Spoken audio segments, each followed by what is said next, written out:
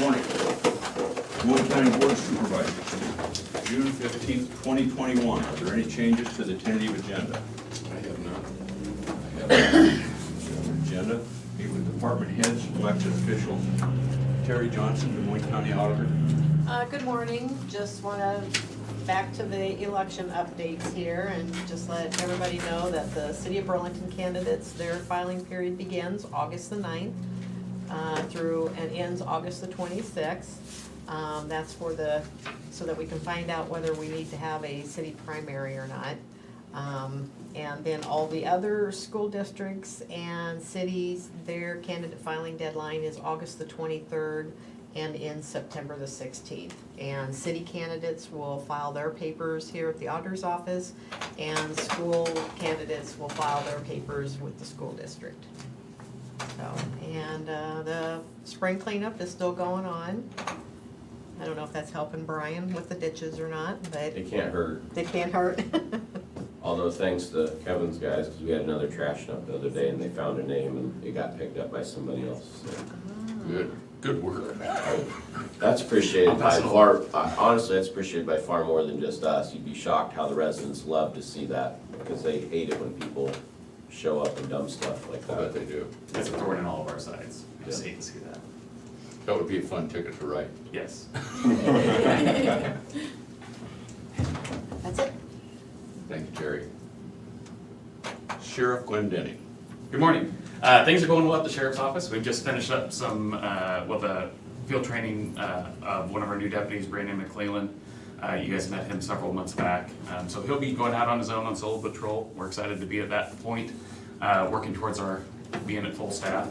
Have another deputy still in training and one to be hired. So we continue to work towards that, but having some success there. Everything else is going really well. The jail populations, I'll steal from Doug here, down to 62, with a 68 bed jail. That's within our normal range. It's the first time I think we can say that in quite a while. 4 are out of county, but we'll always deal with that with conflicts and just when they need a max unit. So we're back in that normal range, which is nice to be at. Doug didn't lose some of them, did he? No, we haven't lost any. Right? No. Couple off the range. Thank you, Sheriff. Brian Carter, Secondary Road. Good morning. Projects are moving along. Flint Bottom looks like we're gonna pour some main line maybe Friday. Looks like a chance of rain, so we'll see if all that lines up. But so it sounds like maybe between the end of this week and sometime early next week, we could finish the main line of concrete on would be the west end of Flint Bottom. There's still radiuses and some shaping and stuff like that, but that's good progress. I'd say maybe 3 or 4 weeks, and the crew could be looking at moving over to the other section.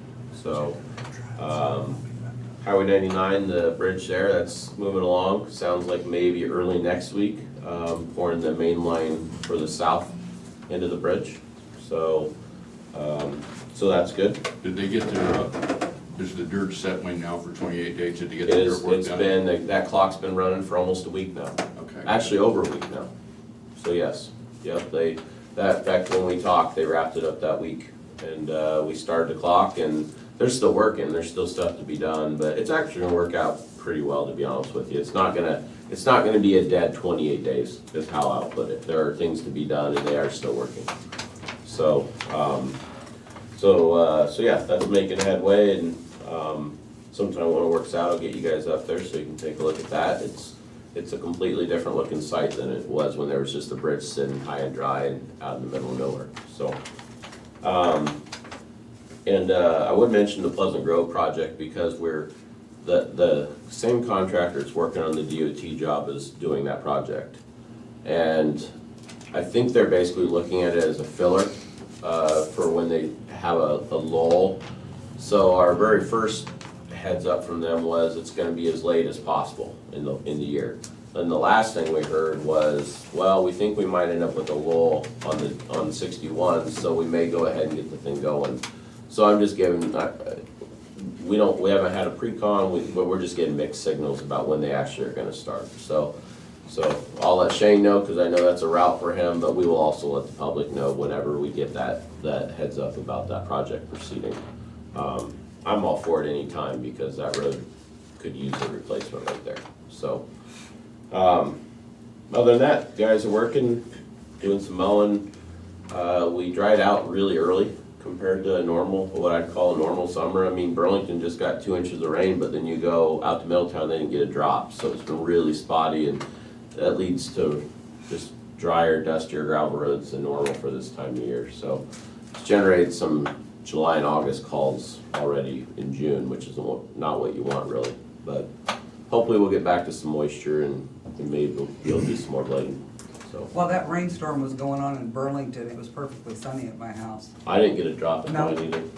Yeah, it was really spotty. It But was then you weird. know they had 2 inches all at once in Burlington, so anyway, yeah, guys are working on white cam today. It's, got some baskets set in. We actually got a belt truck coming today to put some rock in some baskets, so credit to the guys. That's a big project for us to take on. They've done, when I get you out there, I think you'll be impressed with how it looks. Good. So, Do you have a revised completion date on 99 Bridge? I don't. I'm basically telling people somewhere around, hopefully early August is what I'm telling people now. It could go a little earlier than that, it could go a little bit beyond that, but that's what I'm saying right at the moment. Working days wise, they could go all the way out into September. I don't anticipate that. I don't think the contractor wants that. So that's what I'm saying right now, but the fact that we've dried out, that the dirt got put in, finally they got to keep moving on that, we got to start that clock, that really helps that schedule get moving, so. We got a bunch of rain at my house. Made things good for me. My wife was gone, and it sort of eased the path for me to be less than candid about how much I had actually watered her flowers. So you got bailed out, was what you're saying. Questions that aren't asked don't have to be. Better get that lawn mowed. Jared Lasser, land use. Good morning. We have one minor subdivision on the agenda for today. Looking at doing a work session to discuss a couple of topics next week. One of those is related to the ordinance update, at least partly, and then one is more of just a general land use case. So apart from that, I don't have anything else. Thank you, Jared. Rodney Wiesner, maintenance. Good morning. Give you a quick update on the alley. They got the kind of the middle section, the south side done. Plan on opening that up on Thursday. They just poured the north end yesterday, so it'll be into next week before that's opened up. They got a little section to do. They got to wait for that to cure up before they can kind of dig up a little spot along the wall there and get the cement truck on there to pour that. So So in other words, my place is a couple weeks away. probably at least, yeah, another week and a half away. So, but they've done a pretty good job. So that project's going smooth. They got the pad poured for the generator at the geo last Thursday, so that's moving along. Just got a lot of stuff going on, but that's about all I have to report this time. Thank you. Thank you, Rodney. Brooke Moreland, Veterans Affairs and General Assistance. Really nothing new to report, just keep them busy. Things are going good. Good, good. Ken Hyman, Community Services. Good morning. We had another governing board meeting last week for the Seal region, and we've had management team meetings too.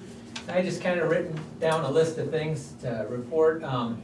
This next year will be a year of planning for the Seal region. We got our case management funds, well, they're gonna be moved over from Fund 16 to Fund 10 after July 1, and we got the region to approve doing that. We must get fund balance down to 40% at the physical agent level by July 1st, 2022, so we got a year to get down to 40% at the physical agent level. Now, that's the local level, we're already down pretty well. Eventually, the state will only allow a 5% fund balance, so over time. We won't know the state's performance outcomes, their annual contract measures for regions till January 1st, 2022, which affects the state allocation of dollars to the region. So we can't do a whole lot of planning until January 1st, and then we'll know more. The region CEOs and auditors have a committee to discuss things, and the region finance committee will be meeting to discuss the revenue cuts and make a 5-year plan based on the new legislation in Senate File 619. July 1st, 2022, no Fund 10 anymore, just one regional fund, they call that 4150. So the region employees will need to be under one employer, and there's talk about would Des Moines County be willing as the fiscal agent to be the employer for the region? So I just wanted to bring that up just so you can be thinking about that. Another option would be if we privatize and all of the employees that are currently employees of the 8 different counties in our region become private employees. But what I've heard is the CSS region privatized, and it took them 3 years to get that whole process done, so it's quite. Privatized, you mean became employees of the region? Yeah, where the seal region would have their own employees, Employees. and then you'd have to come up with your own health insurance. I said, how did they do health insurance? Well, I guess they got ISAC to let them have health insurance through ISAC. But there's just a lot of hoops to jump through to privatize and become your own entity.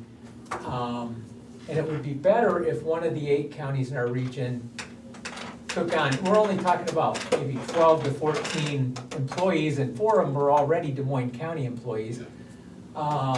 So I think the region at some point is gonna be approaching Des Moines County saying, would you consider everyone, when we have to in a year, have everyone be an employee of Des Moines County, and be under your benefits and everything. So a lot would have to be worked out in that arrangement, but. Tell them that's nice. Yeah. Yeah, at this point, I've just said, no guarantees, I don't know what the county would say, but, we need to explore all our options, so. The governor is scheduled to sign the legislation on Wednesday this week, so we think it's gonna go through that Senate File 619, so. It's, like I say, we're just gonna have to do a lot of planning in this next year, and make sure we have all the core services that the state requires. That's gonna be part of their outcome measures, is that we have all the core services. And right now, we have 2 to 4 core services that we don't really have yet, so, and how to fund those, with reduced revenues, it's gonna be a challenge, so. That's all I have for now. Thank you, Ken. Janelle Longquist, Des Moines County Treasurer. Good morning. We're just keeping busy. I will mention that our tax sale is next Monday at 9 a.m. online. The last day to make online payments would be Thursday at 11:59 p.m. And then in the office, we'll take payments up until 4:30 next Friday. Anything after 4:30, of course, there won't be any payments for a while until the tax sale is completed and done, but just keep them busy. Thanks, Janelle. Angie Vaughn, safety. Good morning. Just keep them busy, don't really have anything to do at this time, so. Thank you.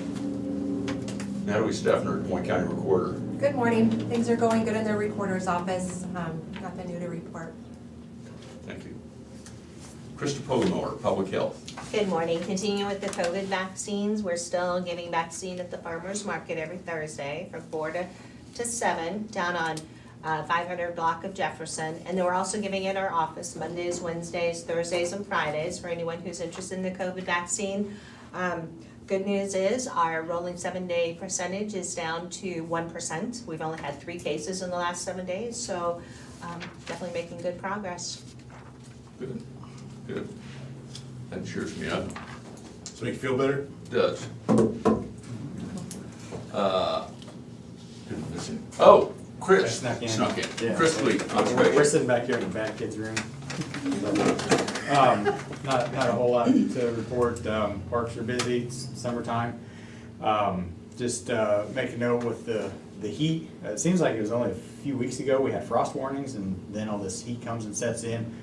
We've had a couple situations out at our parks where people they went down because all of a sudden it's 95 degrees and high humidity, and they're not used to that. So just make note of that, and I know that's kind of come around our emails, but just remember that when you're out in the parks and stuff, it can get pretty cyclone out there.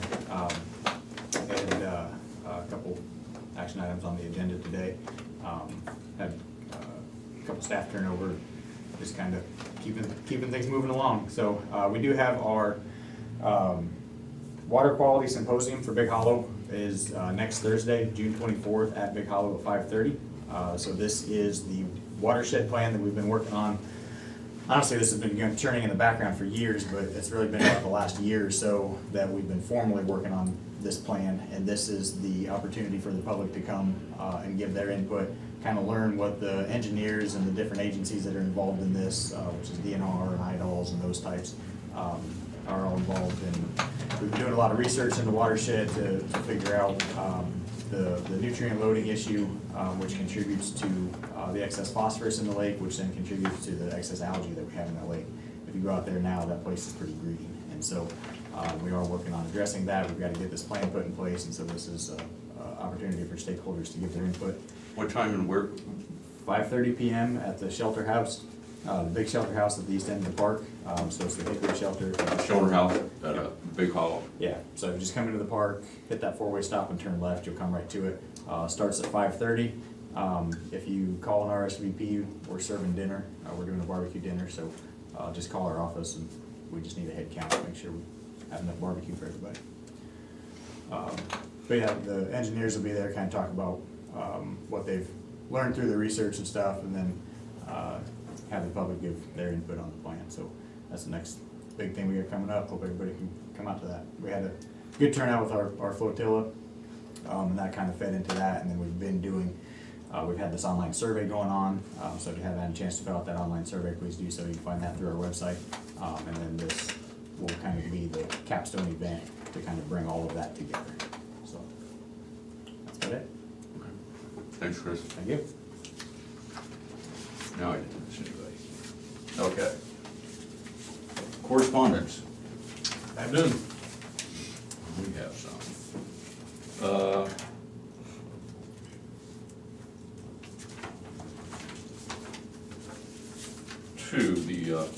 The U.S. Environmental Protection Agency, Region 7, has approved a Class 1 permit modification submitted by the Department of the Army at the Iowa Army Ammunition Plant. The Resource Conservation and Recovery Act Hazardous Waste Management Permit issued to the U.S. Army and American Ordnance LLC with an effective date of 28 September 2018, and permit condition 8 requires the sampling of Trench 4 at the former inert landfill during the month of May. The permit modification moves the groundwater sampling at Trench 5 from May 2021 to November 2021. This delay is needed to allow the U.S. Army time to place a new contract in place for groundwater sampling at Trench 5. In 2022, the sampling will resume in May of each year. The point of contact is Mr. Randy Doyle, IAAP Environmental Coordinator, 319-753-7103. Sincerely, Lieutenant Colonel Eric Schilling, commanding.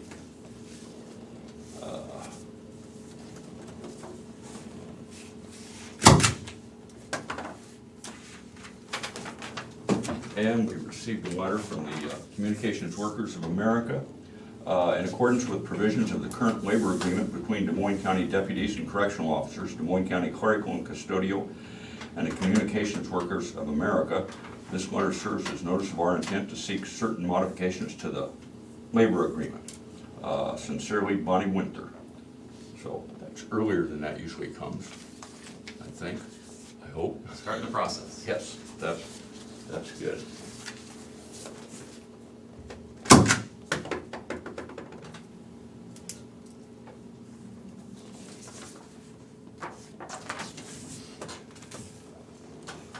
Proceed to discussion and vote. We have accounts payable in the amount of $1,107,933.06. I move to approve. Second, Terry? Shane McCampbell, Yes. Tom Broker. Yes.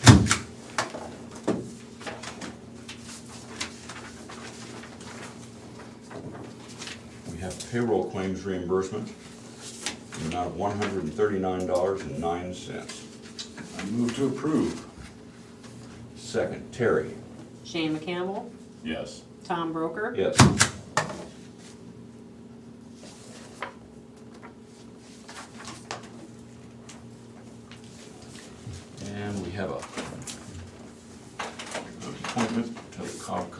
Board of Trustees. Whereas the current trustee, Judy Stuker, appointed by the Des Moines County Board of Supervisors, has resigned from the trustee board. Whereas the Board of Supervisors recommends Sarah Doty to fill the trustee position on COBCO's Board of Trustees as Des Moines County's representative. And further be it resolved that the Board of Supervisors hereby appoints Sarah Doty to serve as trustee on the COBCO Board of Trustees until further notice. I move to approve Sarah Doty. Second, Terry. Shane McCampbell?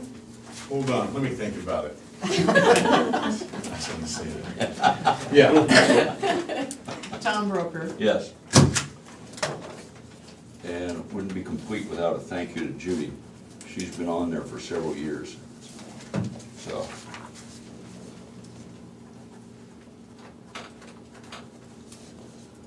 Much appreciated.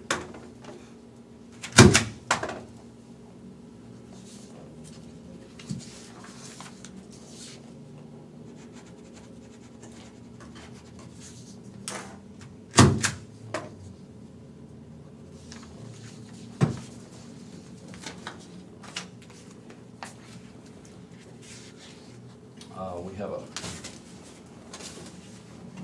an agreement for HIPAA services with Compliancy Center Group LLC. We've had at least 2 work sessions on this, or was it 3? Yeah, discussions about yeah, the HIPAA program, so. Yes, so finally have it under control. So we need approval of with the agreement with Compliancy Group. I move to approve. Second, Terry. Shane McCampbell? Yes. Tom Broker? Yes.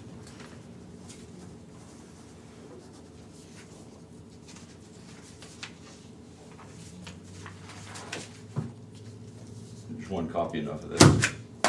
Yes. Because I just scan it in and send it to them, so.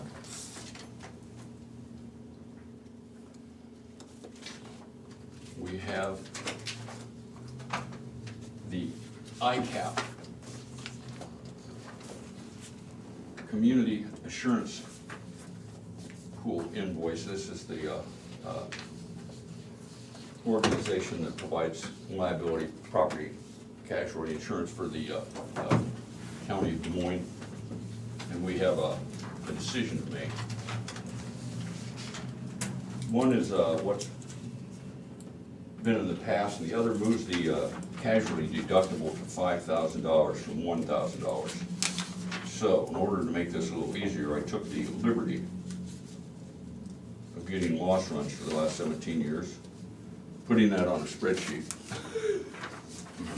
Anyway, so if comparing what it was with $1,000 to what it would have been with $5,000, so if we paid $34,701 in deductibles through that 17-year period, 2021 to date. And if it would have been $5,000 deductible, we would have paid $93,438. So we would have paid $58,737 more in deductibles. But we would have saved $6,624 for 17 years, which is $112,608. So the county would have been almost $54,000 ahead. So there were actually, out of those 17 years, there were only 4 years that the additional deductions would have exceeded the $6,600 premium, so savings. So I would recommend that we take the $5,000 deductible. Yeah, I move that we accept the $5,000 deductible. Second. Terry. Shane McCampbell? Yes. Tom Broker? Yes. Can make sure I stamp the right one here.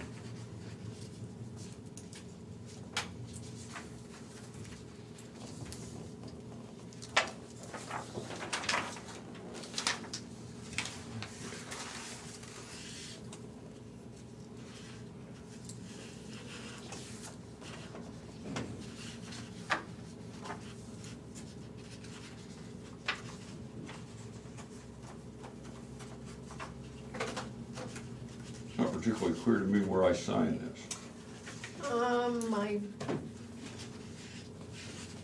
They have so many extra pages in there. They do, I'll tell you what, I'm just gonna Just stamp stamp it the, approved. yes, You stamp look the at front whenever side. you want it signed, you let me know. Yeah, I'll hunt you down.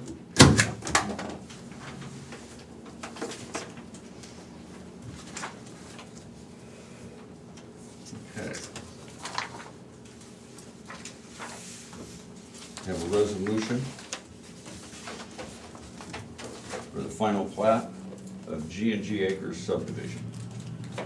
Thinking that would be you, Jerry. It's actually the first addition to G&G Acres. The original G&G Acres was a one-lot subdivision back in 2011, and this includes basically the remainder of the property that was initially carved out of, taking that piece that's just over 40 acres and splitting it into two parts. So the one which contains an existing house and then some ag land is just under 19 acres, and then the other piece, which is entirely farmland, is about 21 acres. The line that was surveyed to separate the two essentially follows an existing fence. As of now, there are no plans to develop anything new here or sell Lot 3. I think it sounds like it's a situation where the owner would just prefer to have those two properties taxed separately. And originally the G&G Acres lot, the lot along the road was actually for selling to build a house, which has since been constructed there. As I understand it, this was all initially planned, and the owner had initially wanted to split it into 3 lots, but I think at the time we must have thought that we would have preferred to avoid doing 3 at once and still be considered a minor subdivision. So evidently they prioritized that 1 lot split for the house and then saved the other part for a later date. And so here we are. Nothing really in terms of comments received. The only notable comment was from Secondary Roads, noting that they would need to share an entrance from the existing entrance from Highway 79. But that, as I understand it, that was already the intention. And in fact, there is a 60-foot wide easement shown at the entrance there, and there's already a opening and gate in the fence there where it breaks off of that main driveway. So that's already been accounted for on the plat. That's the intention, to continue using that entrance there. This is within the 2-mile review area of Danville.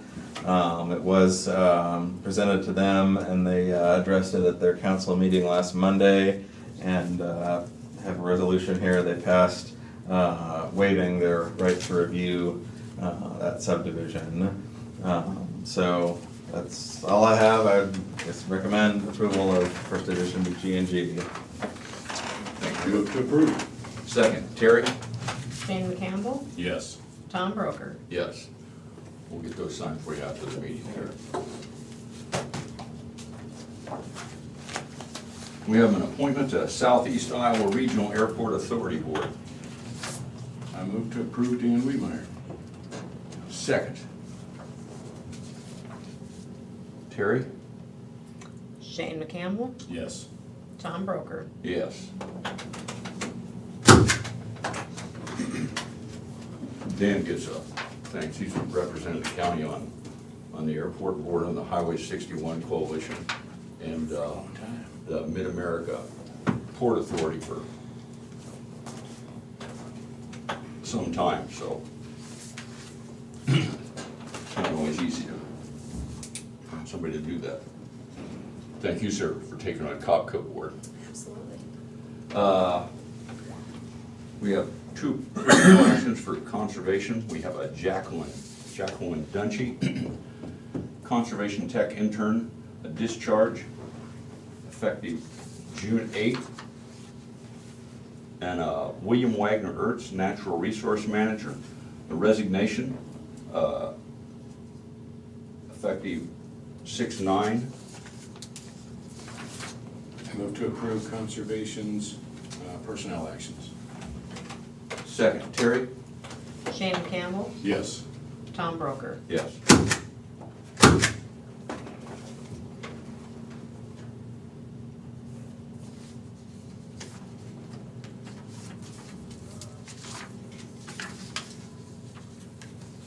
We have a personnel action for DESCOM, Mary Polson, dispatch supervisor resignation. I think it was effective May the 12th. May 12th, yes. I move to accept personnel action. Second, Terry? Shane Campbell, Yes. Tom Broker. Yes.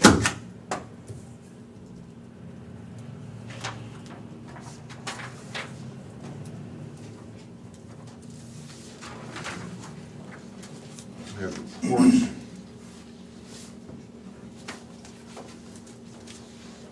We have the sheriff's monthly report for May 2021 and the clerk of courts reports for fees collected on May 2021.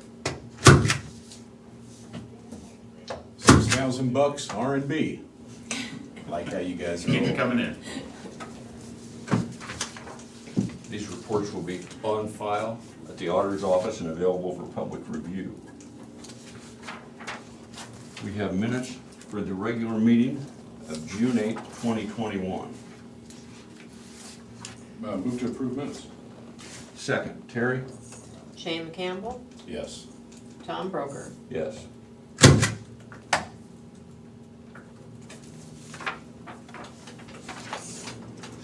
Any other business? Future agenda items.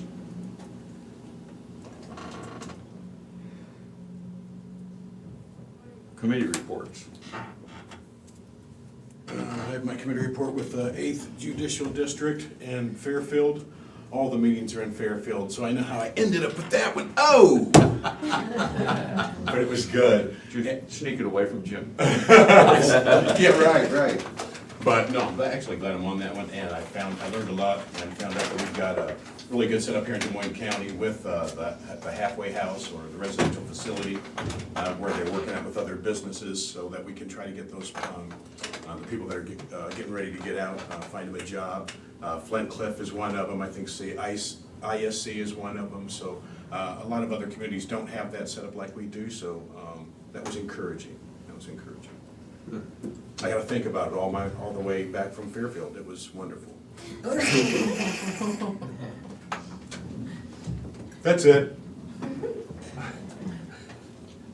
I attended the Southeast Iowa Link Governance Board meeting that Ken mentioned. We approved contracts and claims and discussed the American Rescue Plan a little bit, and we still don't have any information why Great River Medical Center decided not to contract with the region, but we mentioned last week or the week before. But that's that. Public input. Oh, Tom, before that, I took your representative to the Transportation Commission meeting last Tuesday also.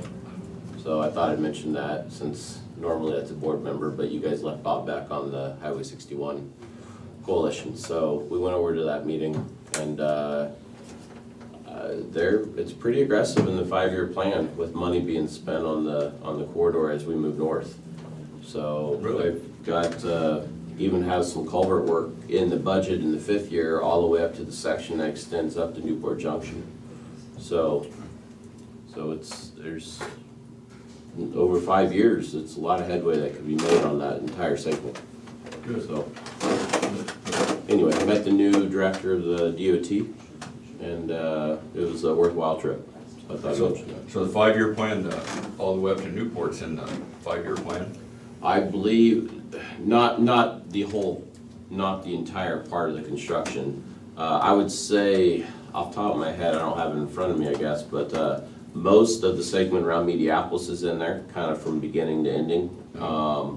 And then an early portion of some stuff for that segment up to Newport is in there. So it's good to see that stuff come into the 5-year. It feels like maybe they were talking about spreading it out. It kind of felt like they had brought some of it back in a little bit, so. Good. So anyway, sometime I'll get my hands on that program. We brought 2 of them back, but Bob wanted one, and he wanted one to give to Dan Wiedemeyer, so I did not walk away with one. So. They're probably scared you and Bob and Dan were all gonna show up. Rightfully so. Thank you. Public input. If anybody from the public would like to address the board, you're watching online, you may email the Board of Supervisors at board@dmcounty.com. That's BOARD@dmcounty.com. Or call 319-753-8203, extension 4. That's 319-753-8203, extension 4. Anybody in attendance have any comments? This is where Star always goes. Sorry. Tell us something about rock and roll. He's tough to replace. At least on that particular town. Bob always has something to say. But do you want to hear it or not? I'm quiet and shy. That's okay. That's okay. My focus wasn't on all the details of the ICAP claims. Is that all claims through ICAP, or are that specific claims? Those are, this is liability. It's automobile liability, general liability, public officials liability, and professional police, I have to look up, but there's of the 4 categories of liability, one of them's professional police liability, something like that. And that's the claims against those, and the numbers I threw up, that was just the, what we paid in deductibles. We had over 17 years, we had some bad years and we had some really good years. But, I'll give you a spreadsheet if you want to. That'd be great. Except ICAP's not gonna cover rogue auditors, though. I said ICAP's not gonna cover rogue auditors if we get fined $10,000 for not doing elections properly. That's an uncoverable risk. Yep. I think the big change for us there would be when we have like a deer accident or something like that. Right now, that deductible costs us $1,000, but For your vehicle, you mean? yes. That's not liability, that would be under, there's a couple kinds of property damage. There's one of them that's pretty much just county-owned vehicles. Okay, so that would remain $1,000. That would remain unchanged. Okay. So yeah, yeah, I can look through That there. doesn't I mean can you pick can't watch guys out for the deer. Yeah.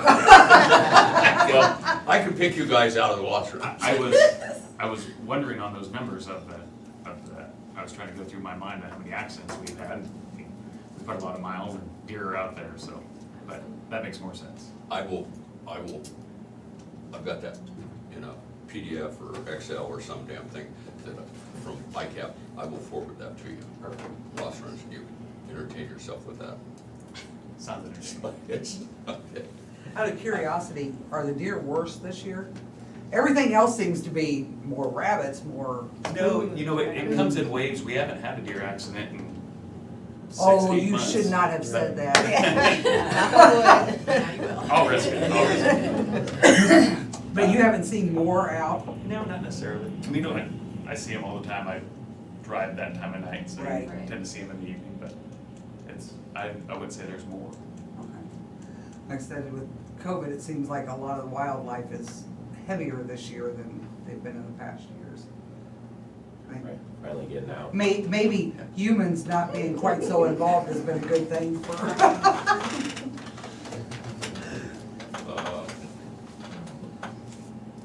Okay. With an aye, we're adjourned. We are adjourned. There will be a work session in about 5 minutes with department heads regarding the employee handbook. I totally forgot about that rock. Actually, I actually came into, I went down there and looked. You guys have a pretty good year. Yesterday I parked down there and there's, all right. I was just looking. You let me know what I need to, Trying to figure out make how sure to I do got that. cash and money with me. Well, no, they're gonna build. Four Seasons. Are they send to my address? They've got. Yeah, that's all why that I got it. Crushed rock down there. Just trying to find out where you live. Well, I thought maybe you might be So I somebody went to down visit.